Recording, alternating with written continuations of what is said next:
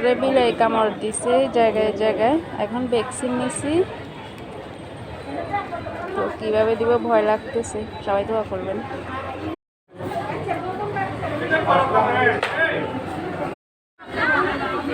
Hello everyone, আসসালামু আলাইকুম। কি অবস্থা সবার, কেমন আছেন? তো আজকে চলে আসলাম ফেনী সদর হসপিটালে।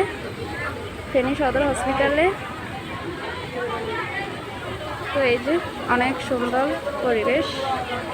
তো আমাদের বিড়ালে কামড় দিয়েছিল, এ কারণে আমি ভ্যাকসিন নিতে আসছি।